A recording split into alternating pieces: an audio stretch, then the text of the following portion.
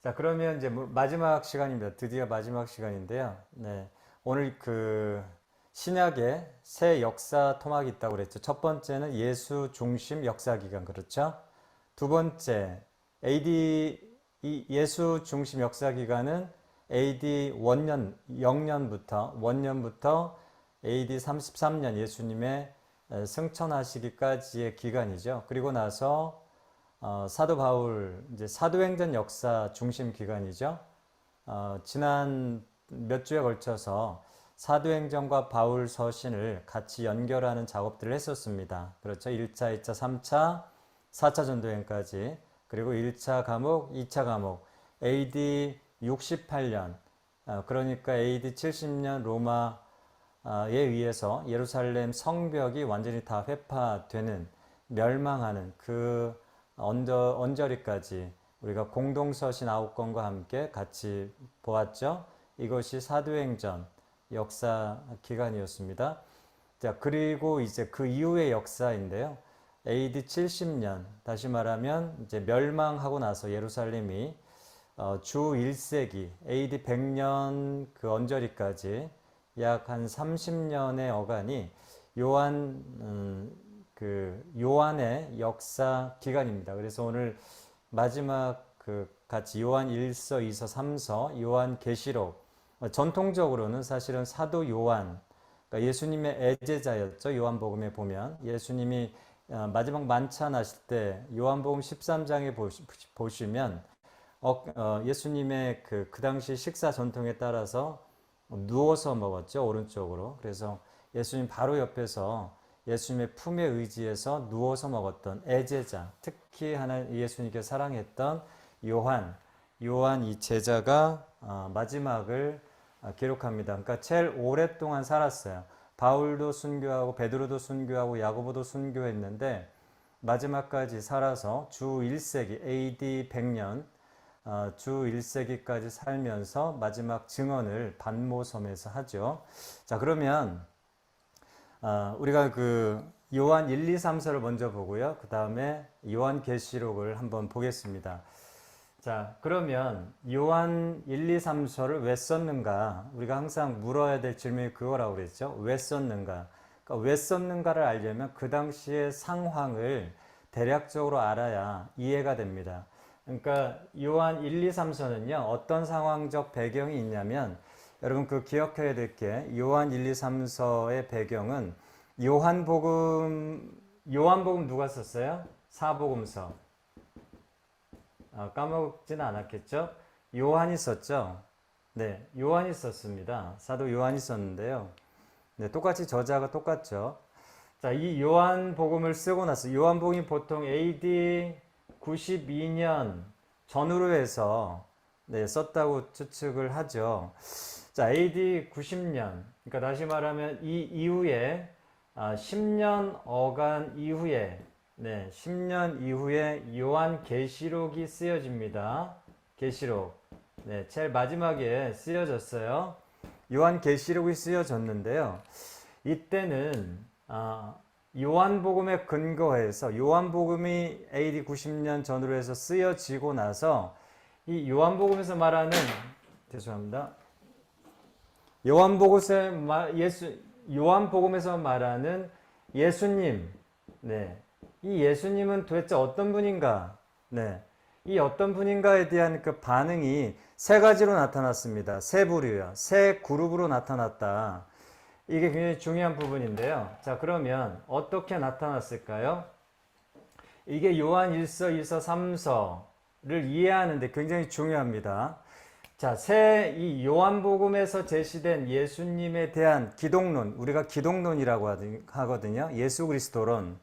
자, 이 예수님에 대한 설명에 대한 그 이야기를 듣고 나서 세 반응이 있었다. 그룹이. 첫 번째 그룹은요, 정통 그룹이에요. 정통 그룹. 이게 왜 정통 그룹이냐면 예수님은 완벽하게 사람이었다. 예수님은 참 하나님이셨다. 동시에. 그러니까 인성과 신성이 기가 막히게 인간의 논리와 이성을 초월해서 인성과 신성이 완벽하게, 인성도 100%, 그러니까 참된 사람 100%, 참 사람이면서 참 하나님. 이게 50대 50이 아니에요. 참 사람 100%, 참 하나님 100%. 그렇게 해서 완전히 균형 잡힌 예수 그리스도. 이게 정통 그룹이에요. 요한복음에서 말하는 진짜 하나님이에요. 성육신 하신 하나님. 참된 사람, 참된 하나님. 근데 이렇게만 예수님을 생각하지는 않았습니다. 두 번째 그룹인데요. 이 두 번째 그룹은 뭐냐면 유대 그리스도인들입니다. 유대 그리스도인. 자, 이 유대 그리스도인들은 이 요한복음을 보고서 읽고서 어떻게 반응했냐면 무엇을 강조하냐면요. 인성을 강조합니다. 근데 인정하지 않아요? 뭘 인정하지 않아요? 예수님의 신성을 받아들이기 너무 어려운 거예요. 유대인의 전통적 입장에서 예수님이 십자가에 달려 돌아가셨는데 그분이 하나님이라고 이 말도 안 되는 소리야. 그러면서 뭘 인정하지 않아요? 신성을 인정하지 않죠. 그래서 이거를 우리가 저기독론이라고 합니다. 저기독론. 왜 저라고 한지 아세요? 이게 로우 크리스톨로지라고 하거든요.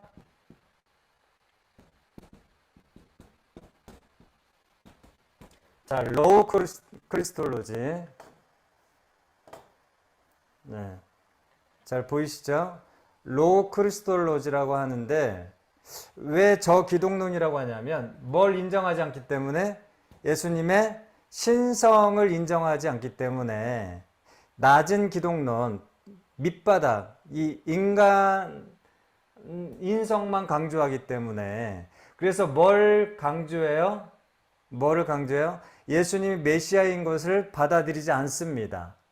그래서 저기독론이에요. 로우 크리스톨로지. 그래서 율법을 강조할 수밖에 없는 거예요. 네. 예수님이 완벽한 메시아가 아니기 때문에 인간이 율법을 지킴으로, 인간의 노력으로 구원을 받아야 되는 거예요. 이해가 되시죠? 네? 그래서 이게 유대 그리스도인의 어떤 두 번째 반응이에요. 이 요한복음에 대한. 세 번째가 굉장히 중요한데요. 헬라파 그리스도인이에요. 헬라 그리스도인. 그러니까 헬라 문화에서 자라나온 그 그리스도인들인데 이 사람들은 반대입니다. 완전 반대예요. 뭘 강조하겠어요? 인성을 강조하지 않고 뭘 강조해요? 예수님의 이 사람들은 정신, 영을 중요시하는 전통을 갖고 있어요. 지금의 서양 사람들. 그렇죠? 이 헬라 전통이지 않습니까? 그래서 뭘 강조하냐면 신성을 강조합니다. 예수님의 신성, 영, 신성을 강조해요. 근데 뭘 받아들이지 않아요? 육, 네, 인성을 받아들이지 않습니다. 네, 인성을 받아들이지 않아요. 그러니까 뭘 부인하게 되겠어요? 예수님이 하나님이신데 그건 인정. 그래, 좋다. 근데 그 하나님이 성육신했어. 인간이 되셨어. 우리를 구원하시기 위해서. 이거 못 인정해. 왜요? 이 사람들은 영은 굉장히 귀한 거고, 네? 구원을 가져다 주는 어떤 통로인데, 근데 육이 여기서 어떻게 낄 수 있냐는 거예요. 더러운 육이 어떻게 낄 수 있냐는 거예요. 그래서 예수님이 메시아라면 어떻게 더러운 육신을 입고 우리를 구원할 수 있느냐는 거예요. 그래서 나온 이단이 뭐라고 그랬어요? 제가 지난주에 영지주의라고 말씀드렸습니다.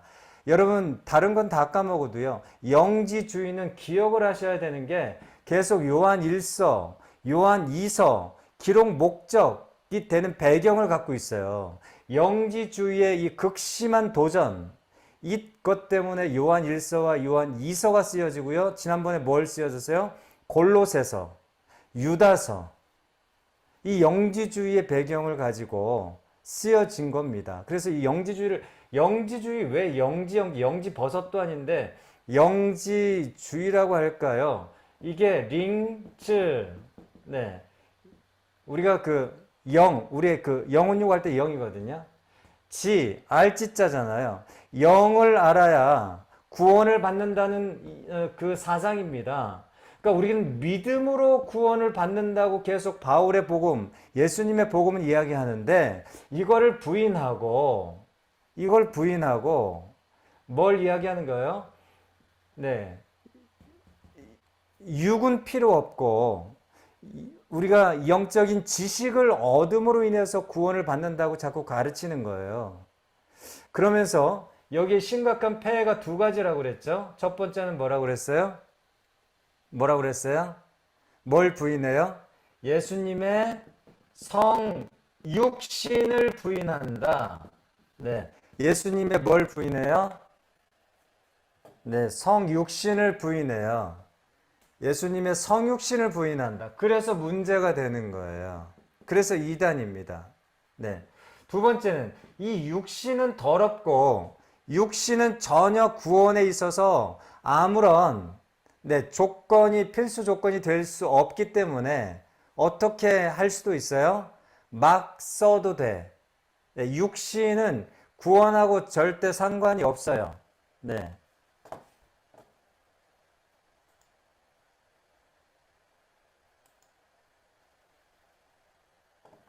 네, 이걸로 하겠습니다.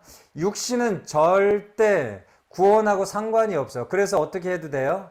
육신은 마음대로 막 써고 본능대로 막 살아도 구원하고 상관없어. 뭐만 내가 얻으면 돼요? 영적인 지식만 얻으면 돼요. 영적인 지식. 네. 영적인 지식만 얻으면 되기 때문에 무슨 문제를 야기시켜요? 도덕적 타락. 네. 네, 극단적 쾌락주의. 네. 이 문제를 야기시킵니다. 두 가지 문제예요. 네. 두 가지 문제를 야기시키는 거예요. 그래서 이 영주주의가 굉장히 이 주 1세기 전후로 해서 강력한 교회에 도전이 됐습니다. 그래서 쓴 게 뭐라고요?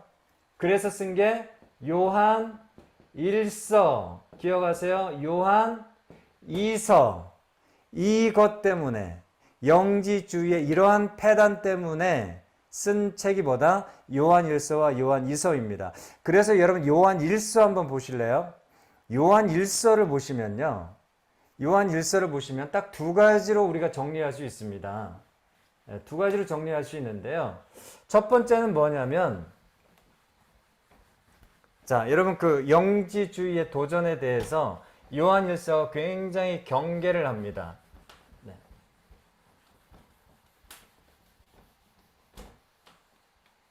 요한 1서 여러분 그 말씀 한번 보겠습니다. 요한 1서 말씀. 네. 요한 1서 2장 18절 말씀이요. 2장 18절.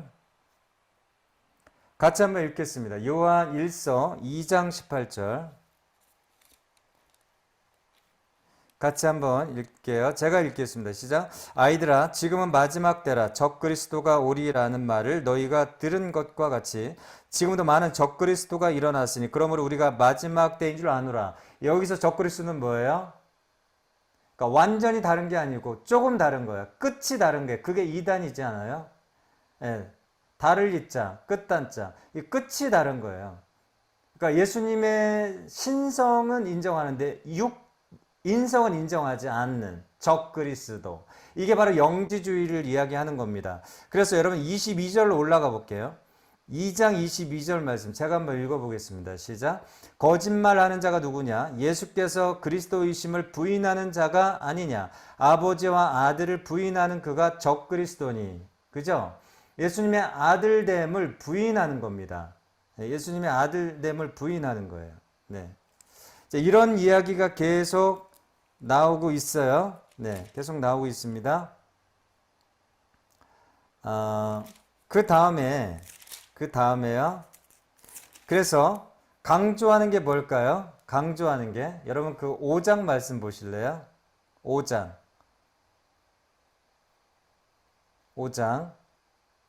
12절 말씀. 5장 12절 제가 읽을게요. 시작.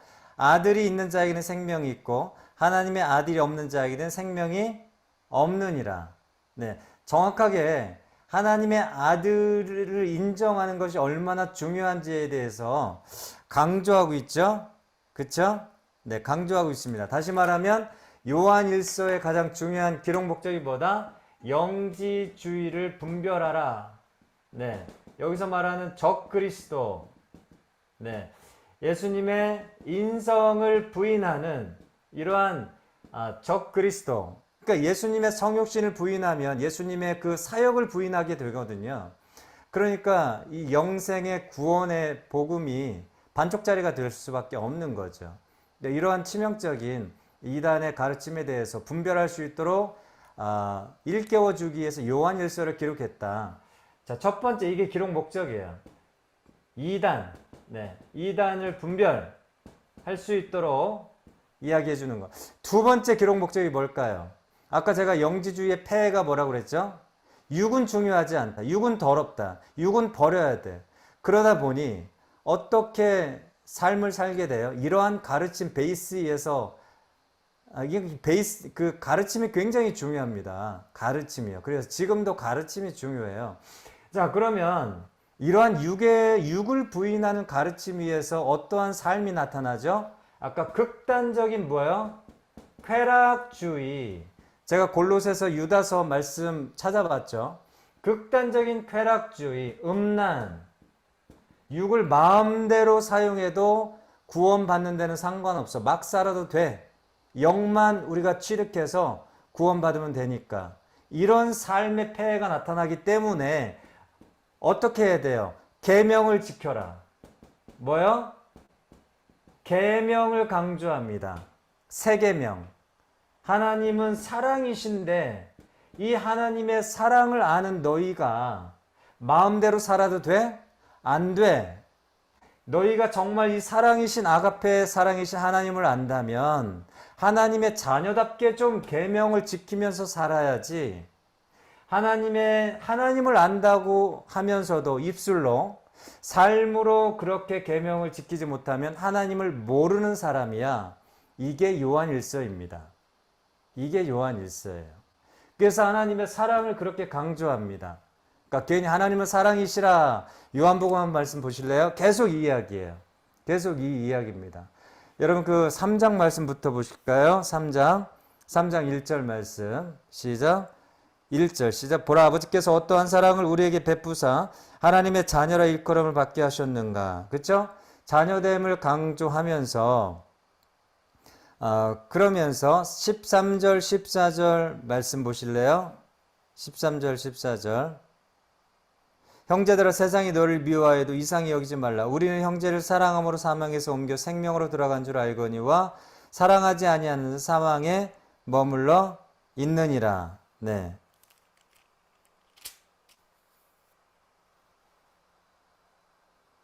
그 다음에 4장 말씀 보실래요? 4장 7절 8절. 사랑하는 자들아, 우리가 서로 사랑하자. 사랑은 하나님께 속한 것이니 사랑하는 자마다 하나님으로부터 나서 하나님을 알고 사랑하지 아니하는 자는 하나님을 알지 못하나니 이는 하나님은 사랑이심이라. 네, 그렇죠. 그러니까 하나님을 아는 사람은 계명을 지키는 삶으로 증명해야 된다는 이야기를 계속 지금 하고 있습니다. 왜 그래요? 왜 이런 말씀을 계속 강조하죠? 막 살았기 때문에. 막 산 이유는 뭐다? 이 영지주의 때문에, 잘못된 가르침 때문에. 육은 중요하지 않아. 육은 막 살아도 막 살아도 구원받는 데는 전혀 상관없어 라고 가르치는 게 뭐다? 영지주의였다. 그래서 이 부분 때문에 그 반대의 급부를 치면서 아니다. 하나님은 사랑이시고 우리는 그의 자녀인데 우리가 말로만 사랑해서는 그분을 모르는 거다. 우리가 정말 뜨겁게 삶으로 마음으로 형제를 사랑하는 것이 정말 하나님을 아는 사람이고 하나님을 믿는 사람이다 라고 하는 것을 이야기하는 거예요. 두 가지를 이야기했습니다. 첫 번째 뭐예요? 아들됨을 강조한다. 아들됨, 적그리스도를 분별하라. 두 번째는 뭐예요? 두 번째, 막 살면 안 돼. 하나님의 자녀답게 살아야 돼. 하나님의 자녀답게 사는 게 뭔데? 새 계명. 하나님 사랑이잖아. 그 사랑을 내 삶에서, 우리의 삶에서 증명하면서 살아야지 이게 진짜 믿음 가진 사람이죠. 이렇게 이야기하는 것, 두 가지를 강조하는 게 뭐다요? 요한 1서다. 요한 1서. 이해되셨죠? 그래서 요한 1서를 간단하게 정리해 보면요. 1장에서는 뭐냐면 빛 대신 하나님을 강조합니다. 1장. 빛 대신 하나님. 네. 두 번째. 대언자 되신 하나님. 네. 예수 그리스도죠. 네. 자, 요한일서 1장 한번 보실래요? 요한일서 1장 1절 5절을 한번 보시면 곧 하나님은 빛이시라 그에겐 어두움이 조금도 없으시는 것이니라. 왜 빛을 강조했을까요? 그 당시에 그리스도인의 삶들이 어땠다고요? 굉장히 어두움 쪽으로 쏠린 삶을 살았기 때문에 그 반대급부를 치는 거다. 이해되셨죠? 그냥 빛 대신 하나님 무턱대고 갑자기 감동에 따라 쓴 게 아니고 철저히 그 삶의 자리의 배경 속에서 쓴 거다. 네, 두 번째는 뭐예요? 하나님은 대언자 2장 1절 말씀에 우리에게 대언자가 있으니 곧 의로우신 예수 그리스도시라 그렇게 말씀하십니다. 아까 3장에서는 뭐예요? 우리가 하나님의 자녀가 자녀됨을 이야기합니다. 네, 자녀됨.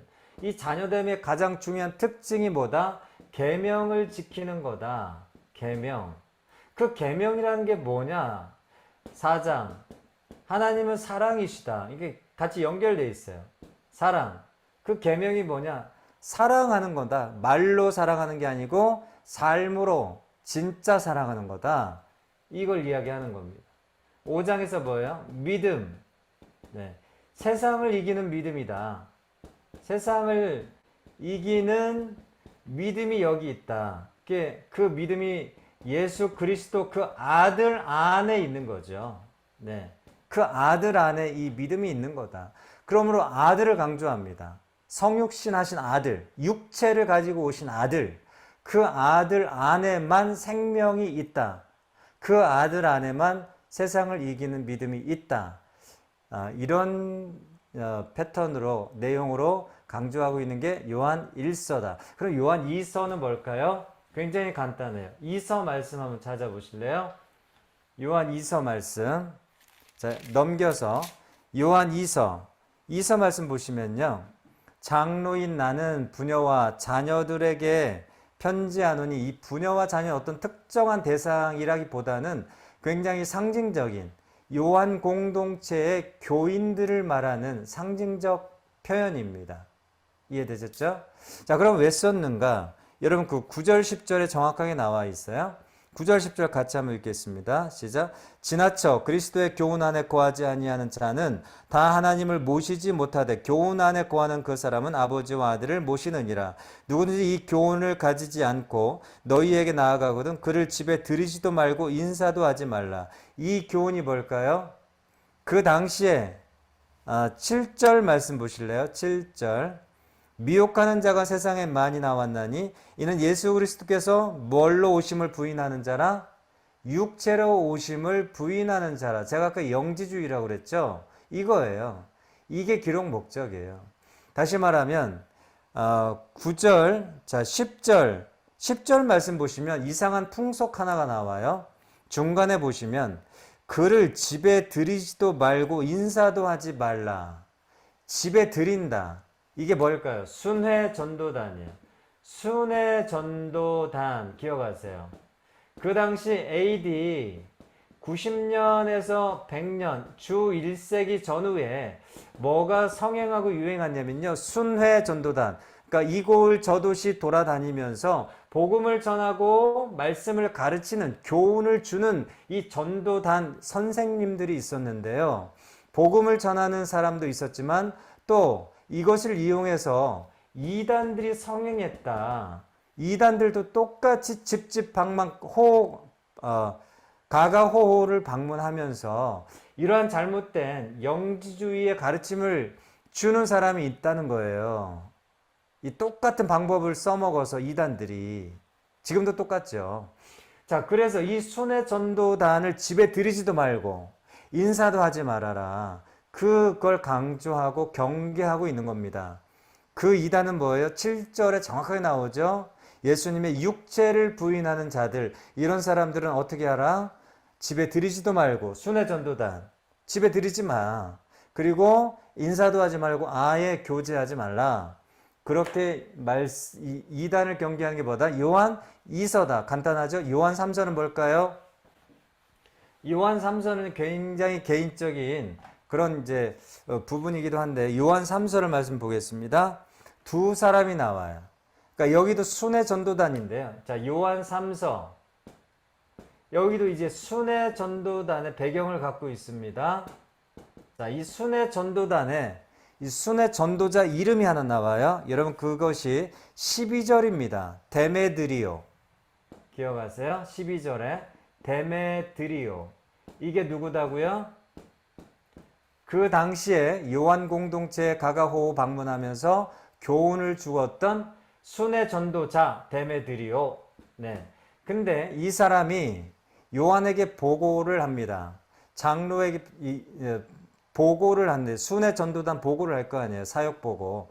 사역 보고를 하는데 두 사람을 거론합니다. 첫 번째, 가이오. 1절에 나오죠.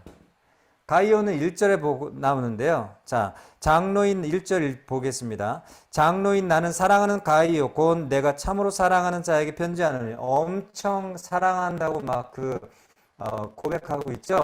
근데 이 사람이 축복해요.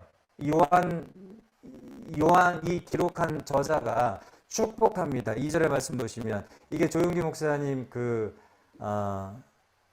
삼박자 축복이잖아요. 사랑하는 자여 내 영혼이 잘됨 같이, 그죠? 내가 범사에 잘되고 강건하기를 내가 간구하노라. 이 가이오에 대한 축복이에요. 가이오. 그 왜 가이오를 축복할까? 이렇게 사랑한다고 표현할까? 거기 보시면요. 거기 보시면 5절의 말씀. 네. 가이오는 3절의 말씀 보실래요?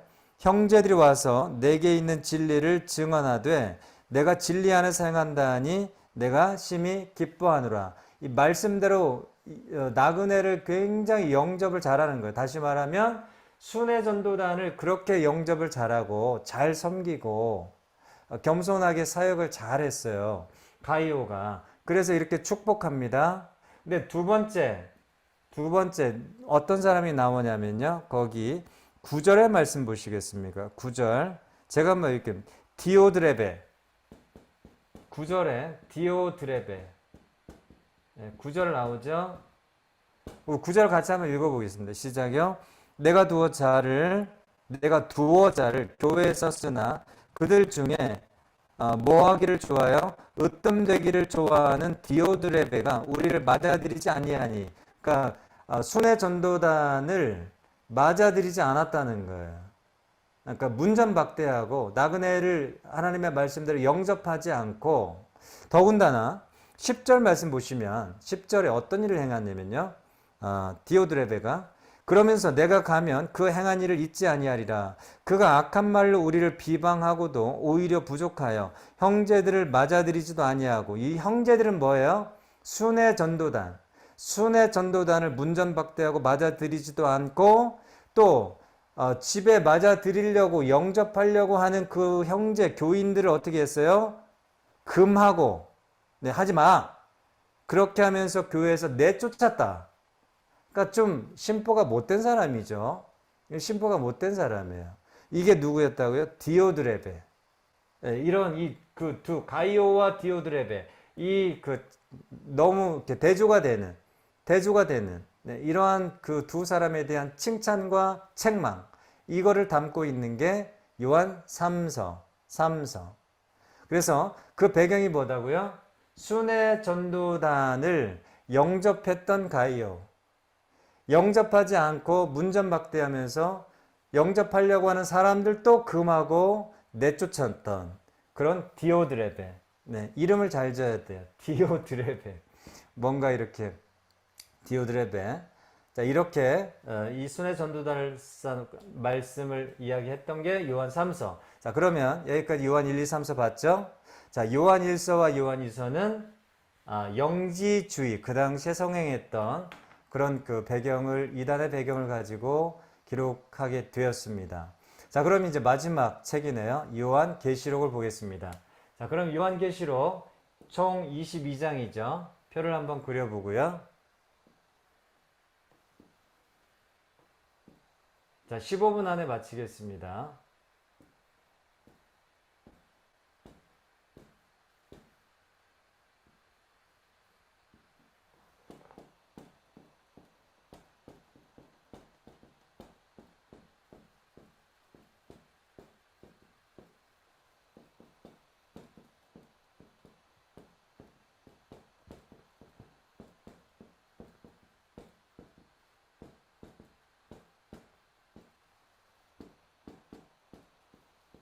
자, 요한계시록은요, 마지막 성경의 책이죠. 근데 굉장히 중요한 책입니다.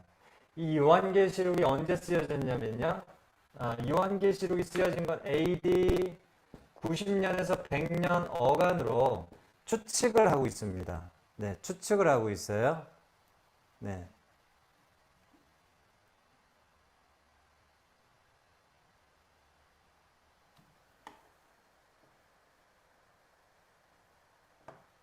네. 요한계시록이 언제 쓰여졌냐면요. AD 90년에서 100년 사이 썼을 것이다 라고 추측하는 것이 무엇이냐면 그 근거가 뭐냐면요. 그 당시에 로마 황제가 여러분 기억하실지 모르겠네요. 가장 핍박의 대명사 첫 번째 60 몇 년부터 통치했던 네로 황제. 자, 이때 그 통치했던 네로 그 황제는 누구냐면 도미티안 황제입니다. 도미티안 황제인데요. 이 도미티안 황제는 네로보다 한술 더 뜨는 굉장히 그 조직적으로 굉장히 가공할 만한 그 파워로 로마의 그 군사 정권을 가지고 교회를 완전히 그 박살냈던 그런 장본인입니다. 자, 이런 그 환경 속에서 교회가 순교자가 나타나고요. 순교자. 그 다음에 순교자가 나타나는 반대급부가 뭐죠? 배교자죠. 네. 그러니까 순교하는 사람이 있는 반면에 우리나라 일제 식민지 치하도 그랬잖아요. 순교자가 나타나는 반면 배교하는 교회, 배교하는 사람 똑같이 나타납니다. 네. 이러한 순교와 배교가 그러니까 신앙을 제대로 신앙 생활을 할 수가 없는 그런 상황인 것을 여러분 이 말씀을 기억해야 돼요. AD 몇 년에 로마에 의해서 망하죠? 70년. AD 70년 때 뭐가 완전히 회파됐다고 그랬죠? 예루살렘 성이 완전히 회파됐다. 그러니까 다시 말하면 유대인들에게 예루살렘 성벽은요, 굉장한 의미를 갖고 있습니다. 그러니까 자기 목숨보다 더한 것인데요. 그러니까 완전히 그들의 정체성과 뿌리예요. 그러니까 삶이자 종교의 어떤 그 근원이거든요. 신앙이 전부일 수도 있는 어떤 상징적인 장소, 이 성전이 무너졌다고 하는 것, 그것도 로마의 어떤 그 군합발에 의해서 완전히 회파됐다고 하는 것은 엄청난 정신적인 멘붕을 가져오는 충격적 사건이었습니다. 그냥 단순히 성 하나 무너진 게 아니고 그들의 전부가 완전히 말살된 거예요. 그래서 어떤 의식이 있었을까요? 하나님은 우리 나라를 버렸다. 이러한 아주 그 신앙에 대한 아주 그 깊은 상처가 AD 70년 이 사건을 계기로 해서 일어난 거죠. AD 90년에 써졌다면 몇 년이 지난 거예요? 20년에서 30년 맥시멈. 요 어간에 아직 상처가 아물지 않고 여전히 로마의 정권 휘하에서 도미티안이라고 하는 그 황제의 그 핍박과 그래서 순교자와 배교자로 나뉘어지는 어제의 형제가 오늘의 적이 되는 엄청난 이러한 그 살벌한 삶의 현실 속에서 신앙을 가져야 되는, 선택해야 되는 그런 상황이란 말이죠. 자, 이러한 상황 속에서 하나님이 더 이상 그들에게 힘이 되지 못하는 거예요. 예루살렘 성도 다 회파될 때 하나님 뒷짐지고 있잖아요. 침묵하고 있잖아요. 그 하나님도 우리를 버리시고 순교해봤자 죽어봤자 뭐해? 이거 개죽음 아닌가? 이러한 상황 속에서 이런 회의의 그 엄청난 그 낙심 속에서 내가 신앙을 가져야 되나? 라고 하는 질문. 내가 신앙을 갖는 것, 이게 무슨 의미가 있는가라고 하는 회의. 이러한 그 배경 속에서 요한계시록이 쓰여진 겁니다. 이해되셨죠? 특별히 그 수신자가 누구예요? 수신자, 편지 받는 사람. 이거 기억하세요. 아시아의 7교회, 세븐 처치예요. 7교회. 이게 이 편지를 받는 첫 번째 원독자예요. 대상자예요. 그러니까 이거를 빼시면, 이 배경적인 그 이야기를 빼고 하시면 그냥 요한계시록을 완전히 영적으로만 완전히 해석을 하게 돼요. 이상한 해석, 무서운 책이 돼요. 아니죠. 자, 이러한 상황 속에서 아시아 7교회가 1차 독자다라고 했을 때 이 사람들에게 이 아시아 7교회 도미티안 황제의 그 엄청난 핍박과 순교냐 배교냐 죽음이냐 생명이냐 이런 신앙의 어떤 의미를 찾고 있는 사람들에게 아시아의 7교회거든요. 이 사람들이 성도들이 믿음을 지키고 있는 사람들. 네. 뭐 4대 교회, 빌라델비아 교회, 그 서머나 교회 나오잖아요. 아시아 7교회. 여기 2장, 3장이 그래서 아시아 7교회. 아시아 7교회. 이 사람들에게 필요한 게 뭐겠습니까, 여러분? 핍박받고 삶의 의미, 신앙의 의미를 찾지 못하는 순교와 배교 가운데 그 갈림길에 고민하고 있는 사람들에게 어떤 메시지를 줘야 되겠어요? 소망. 그쵸? 네, 소망입니다. 네, 안 보이는데 지울게요.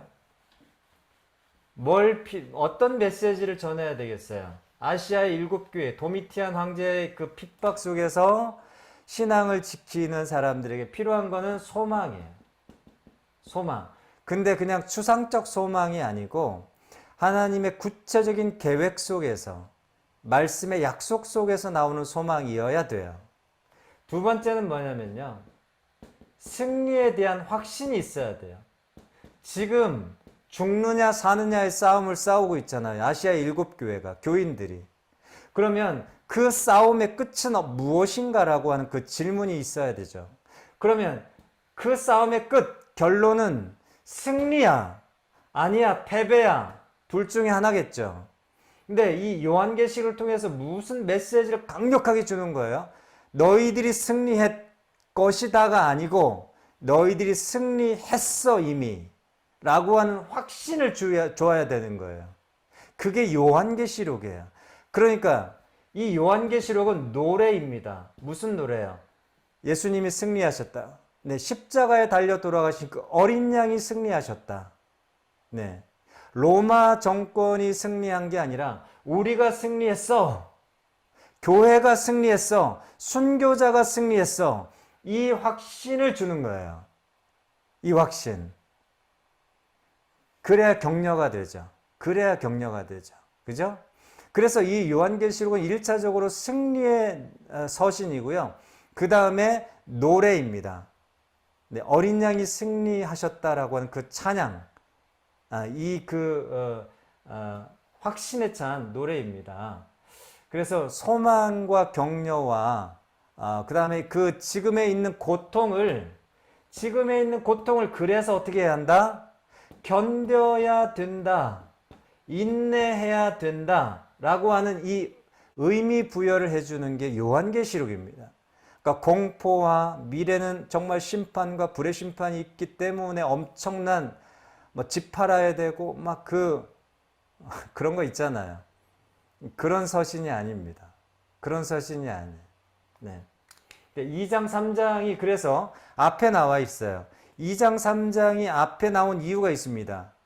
이 2장 3장 이 아시아의 삶의 자리를 보여주면서 이 아시아의 7교회가 앞으로 이어지는 그 하나님의 약속을 기억하면서 지금 여기에 현재의 고통을 어떻게 지나가야 되는가를 말하려고 2장 3장에 포진하고 있는 거예요. 2장 3장에. 이해되셨죠? 자, 그러면 서론 본론 결론으로 요한계시록을 한번 분리해서 볼게요. 자, 그러면 요한계시록의 서론, 본론, 결론이 뭘까요? 요한계시록은요, 1장 서언입니다. 이걸 우리가 보통 프롤로그라고 하죠. 서언.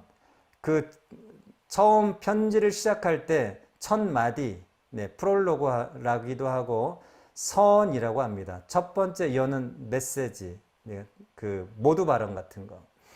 서언입니다. 이건 계시다, 묵시다. 자, 여러분 그 요한계시록 한번 찾아보면서 이야기할게요. 요한계시록 1장 1절 말씀. 자, 10분만 더 하고 마치겠습니다. 1절. 첫 번째, 예수 그리스도의 계시라. 그렇죠? 이 서신의 책 성격이 계시예요. 리빌레이션이에요. 그러니까 커튼 뒤를 이렇게 살짝 열어 보여주듯이 앞으로 되어질 일과 지금 현상에 대한 고통의 의미를 보여주는 거예요. 커튼을 펼쳐서 안 보이던 것을 보여주는 그런 계시의 책입니다. 또 어떤 책이죠? 예언의 책입니다. 3절 말씀 보세요. 이 예언의 말씀을 읽는 자와 듣는 자와 그 가운데 기록한 것을 지키는 자는 복이 있다. 그러니까 듣는 자, 지키는 자가 복이 있는 거예요. 세 번째 뭐죠? 세 번째, 요한은 누구에게 편지해요? 아시아에 있는 7 교회에 편지하노니. 그러니까 편지, 서신의 책이라는 거예요. 서신, 예언서, 계시의 책. 이게 요한의 이 프롤로그, 서언에 담겨져 있는 말입니다. 근데 여러분 이 서언에서 중요한 말이 뭐냐면 서언. 승천하신 그리스도를 이야기합니다. 승천하신 그리스도. 자, 한번 보실래요? 7절 말씀 같이 한번 보겠습니다. 시작. 볼지어다 그가 구름을 타고 오시리라. 각 사람의 눈이 그를 보겠고 그를 찌른 자들도 볼 것이요 땅에 있는 모든 족속이 그로 말미암아 애곡하리니 그러하리라. 아멘. 자, 여러분 초림 성육신 할 때는 어떻게 오셨어요? 동정녀 마리아에게 아주 조용하게 오셨죠. 목자들만 알았죠. 그렇죠? 근데 재림하실 때는 어떻게 오세요? 모든 족속이 다 보도록 공개적으로 오십니다. 이게 다른 점이에요. 그러니까 승천하실 때는 12제자와 그 일부만 예수님이 승천하신 것을 보죠. 그러나 재림하실 때는 어떻게 봐요? 모든 족속, 세상 이 모든 사람들이 다 봅니다. 해를 모든 나라에서 보듯이. 그렇죠? 그렇게 미국에서도 보고 한국에서도 보고 똑같이 보듯이 예수님이 재림하실 때는 그렇게 공개적으로 오신다는 이 말씀을 하고 있죠. 그러면서 반모섬 1절 여러분 그 9절 말씀 보세요. 어디에 있어요? 반모섬에 있죠. 반모섬. 포로로 잡혀 있습니다. 그 다음에 인자가 어디에 있어요? 촛대 사이에 있죠. 13절. 촛대 사이에 인자 같은 이가. 그쵸? 왜 이 촛대가 뭐죠? 촛대. 왜 촛대라고 표현해요? 요한계시록은 이렇게 승리, 격려, 고통을 잘 견뎌라는 이 메시지를 왜 직접적으로 쓰지 않죠? 왜 직접 안 쓰죠? 힘내. 우리가 승리했어. 이렇게 왜 안 쓰죠? 못 쓰죠? 왜 못 써요? 도미티안 황제 속에서 핍박당하고 있는 신앙, 예수 말하면 어떻게 돼요? 죽어요. 순교해요. 그래서 어떻게 해야 돼요? 감춰야 돼요. 그래 어떻게 해요? 상징이라는 상징 기법을 써요. 이게 이 핍박당할 때 우리 일제시대 때 그 다음에 숫자로 암호화해요. 암호. 왜 이렇게 감추죠? 누구에게는 드러내고 누구에게는 드러내요. 같은 패끼리는 드러내죠. 그죠? 유대인들에게는 이게 암호지만 메시지죠. 그죠? 유대인이면 누구나 다 아는 메시지예요. 근데 누구는 몰라요. 로마, 이 핍박의 당사자. 로마 사람들은 이건 뭐예요? 이건 암호인 거예요. 몰라요. 메시지가 아니에요. 그냥 숫자야. 그래서 유대인들, 핍박받는 교인들에게는 메시지가 되고 핍박하는 로마 사람들에게는 암호가 돼버리는 거죠. 그냥 메시지가 아닌 거예요. 숫자인 거예요. 그래서 요한계시록이 숫자와 암호, 상징 기법을 통해서 철저히 메시지를 숨기는 거예요. 유대인들만 알고 핍박받는 성도들만 알고 핍박하는 당사자들은 모르게. 그래서 계시록이 어려운 거죠. 이해되셨습니까? 그래서 촛대다. 네. 촛대의 비유예요. 이게 뭘까요? 교회입니다. 교회를 뜻하는 거예요. 촛대 사이. 예수님이 어디에 있어요? 핍박받는 어디 사이에 다니고 있어요? 교회 사이에 지금 다니고 있다. 예수님이 그냥 뒷짐지고 침묵하고 부재하시는 예수님이 아니라 지금 너희들 죽어나가는 순교자들 사이에 있고 교인들 사이에 있고 일곱 교회 사이에 예수님이 제사장처럼 지금 돌아보고 있다라고 하는 것을 1장에서 암호 기법, 상징 기법을 통해서 이야기하는 거예요. 이게 서원입니다. 서원. 촛대 사이에 다니는 거. 뭐 계시록 제가 너무 자세하게 하고 있죠. 네, 암호와 상징을 통해서 이야기합니다. 자, 숫자 암호 나왔으니까 13장에 666 나오거든요. 666. 666이 뭘까요? 이 숫자 3이라고 하는 삼위일체 하나님, 하나님의 완전수죠. 완전수예요. 네, 7도 하나님의 완전수입니다. 그쵸? 6일째 창조하시고 6일 동안 창조하시고 7일째 안식하셨잖아요. 하나님의 수 완전수예요. 3, 6, 7. 3하고 7은. 근데 6은 무슨 수예요? 이 7에 하나가 부족한 수, 불완전수예요. 그래서 짐승의 수예요. 사단의 수입니다. 불완전한 수예요. 6. 7에서 하나가 부족해. 그게 이 6이라고 하는 숫자예요. 우리는 굉장히 생소한데 유대인들은 그냥 너무너무 쉬운 메시지, 암호예요. 네.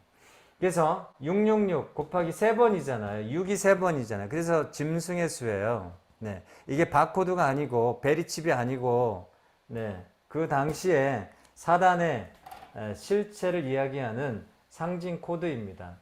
14만 4천 여기 14장에 나오거든요. 14만 4천 네. 어린 양의 인을 받은 14만 4천 왜 14만 4천이에요? 왜 이렇게 암호로 숫자로 표현해야 돼요? 말하면 죽으니까. 14만 4천이 어떻게 나왔어요? 이게 신천지나 여호와의 증인들 보면은요. 구원받는 숫자가 14만 4천이 어처구니 없는 해석을 하고 있는 거죠. 왜 14만 4천입니까? 12 곱하기 12 곱하기 1000이에요. 네. 이게 14만 4천이거든요. 자, 10이라고 하는 건 뭐예요? 구약의 12지파. 구약의 12지파. 이스라엘 공동체. 신약의 12제자 교회 공동체. 그럼 12 곱하기 12는 뭐예요? 신구약을 통틀어서 하나님을 믿는 성도들이 10 곱하기 10 이게 뭐 10이라고 하는 것은 만수거든요. 꽉 차 있다 이거예요. 꽉 차 있다. 만수. 더 이상 찰 수가 없는 만수. 이게 3번이나 돼요. 만수가. 그리고 무엇을 뜻해요? 말세에 구원받는 예수님이 재림하실 때 구원받는 성도의 수가 이 세상에 얼마나 많다? 14만 4천이다? 아니다. 이 수를 셀 수 없을 만큼 너무너무 모래알처럼 많다. 모래알처럼 많다. 이게 무슨 의미예요? 14만 4천이 갖고 있는 의미다. 근데 제가 이렇게 설명을 했어야 우리는 알지만 유대인들은 뭐예요? 14만 4천 하면 그냥 알아요. 근데 누구는 몰라요. 로마 핍박하는 사람들은 이걸 전혀 몰라요. 14만 4천이 뭔지 아무것도 몰라요. 근데 유대인들은 핍박받는 이 아시아의 7 성도들은 14만 4천 명이더라. 그러면 격려가 되는 거예요.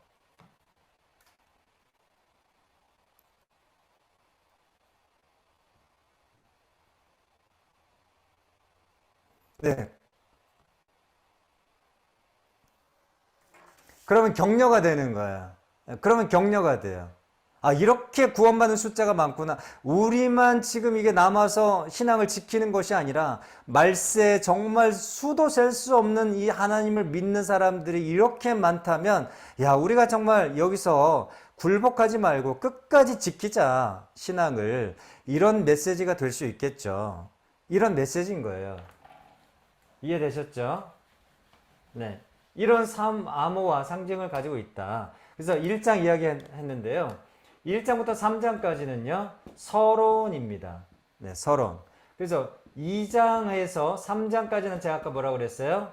아시아의 7교회. 네. 핍박받는 아시아의 7교회를 이야기한다. 이게 서론이다. 네, 서론이다. 그럼 이 아시아의 7교회에게 어떤 메시지를 전해야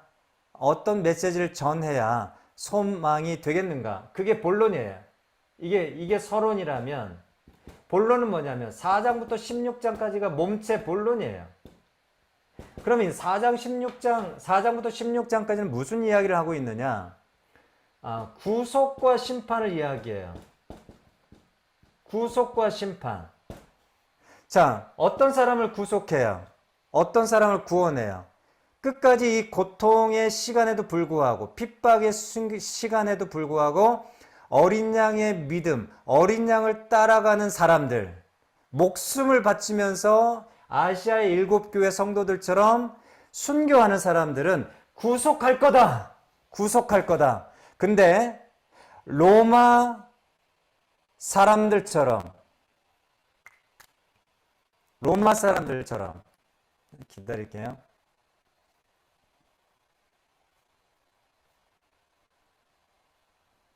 네, 로마 사람들처럼 교회를 핍박했던 사람들, 네?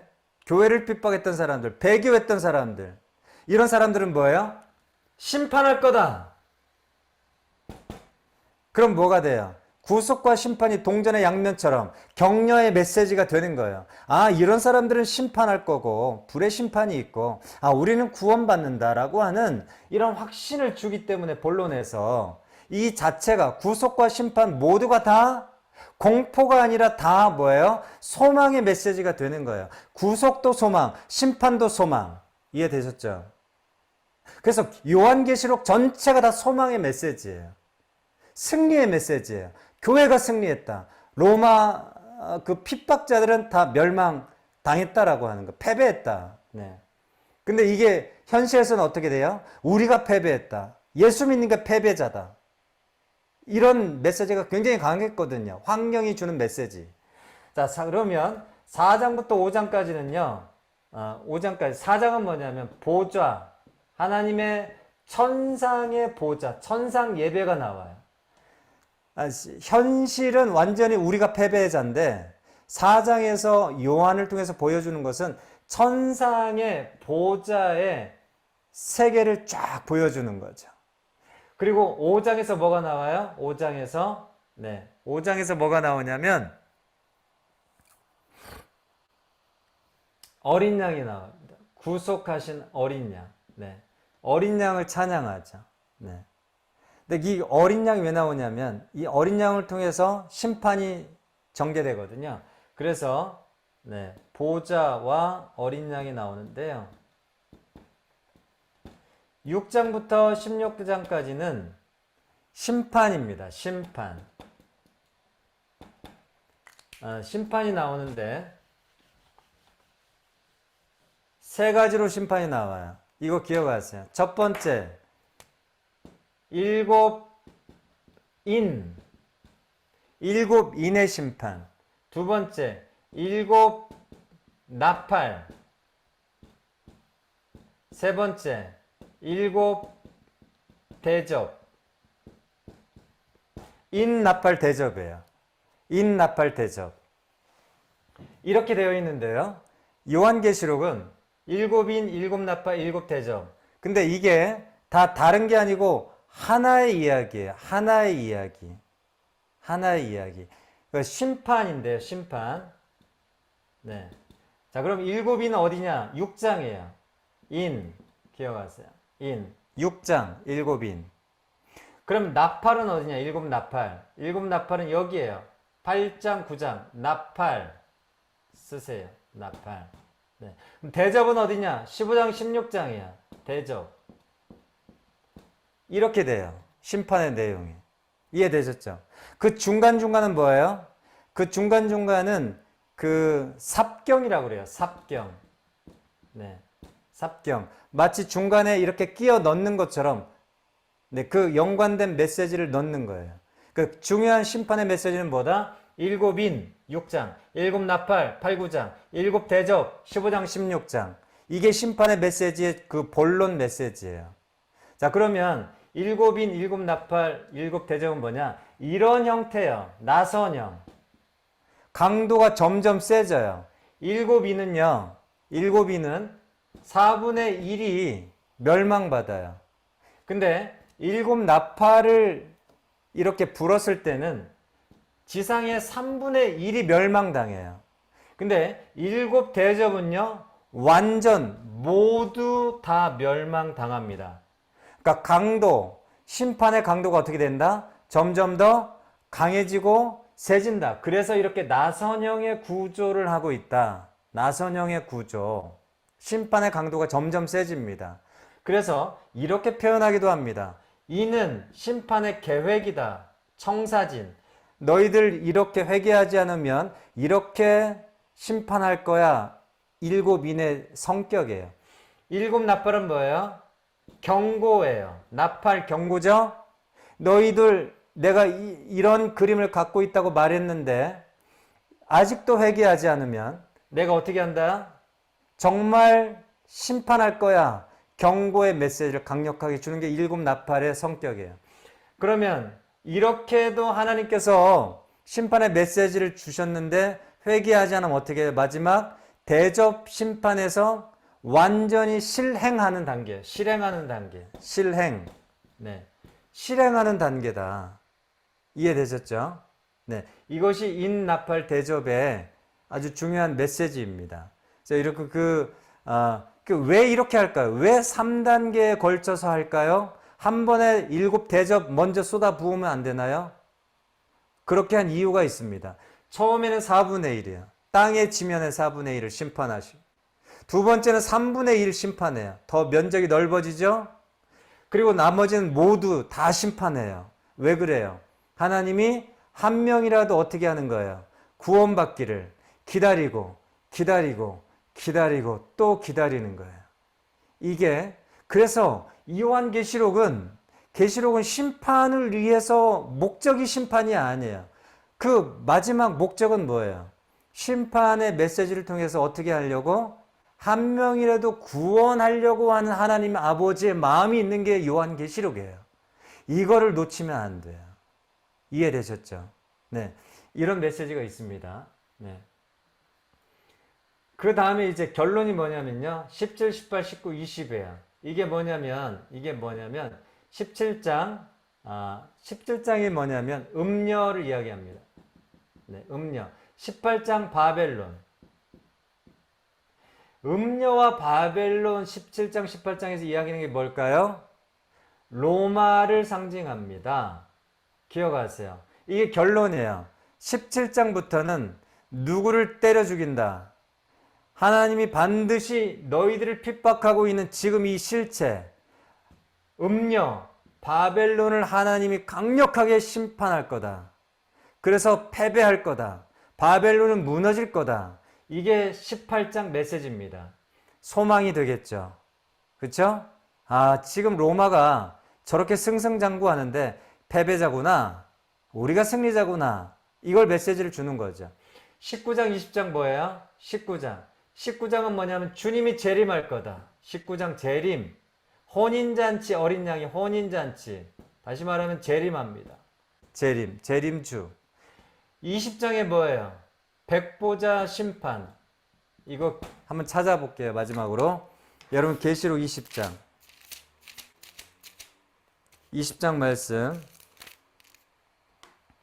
12절 말씀 보겠습니다. 12절. 20장 12절. 제가 한번 읽겠습니다. 시작.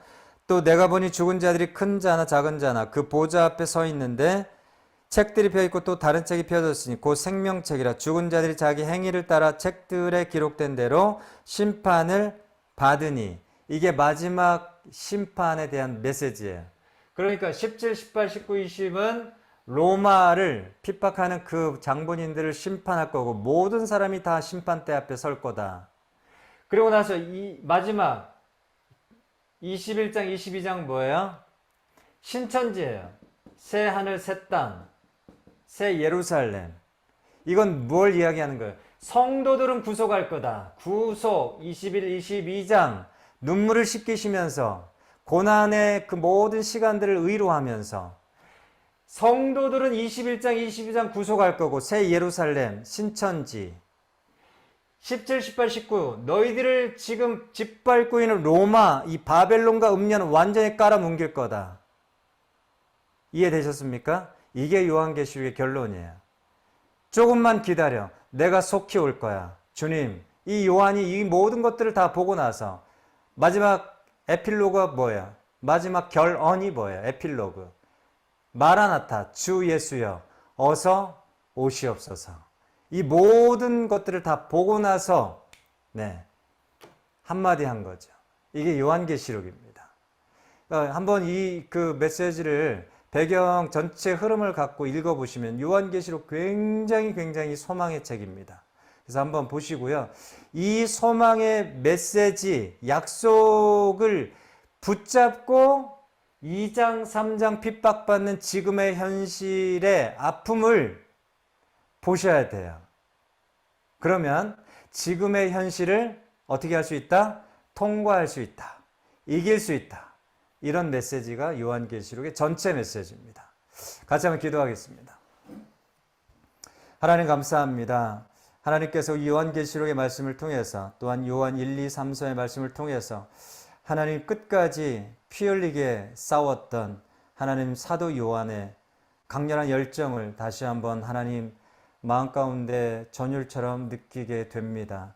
하나님 아버지, 하나님 천상에서 이야기하는 벌어지는 그 놀라운 세계, 우리가 정말 아버지 하나님 육신의 눈으로 볼 수 없는 이 놀라운 것들을 하나님 계시하시고 보여주셔서 감사합니다.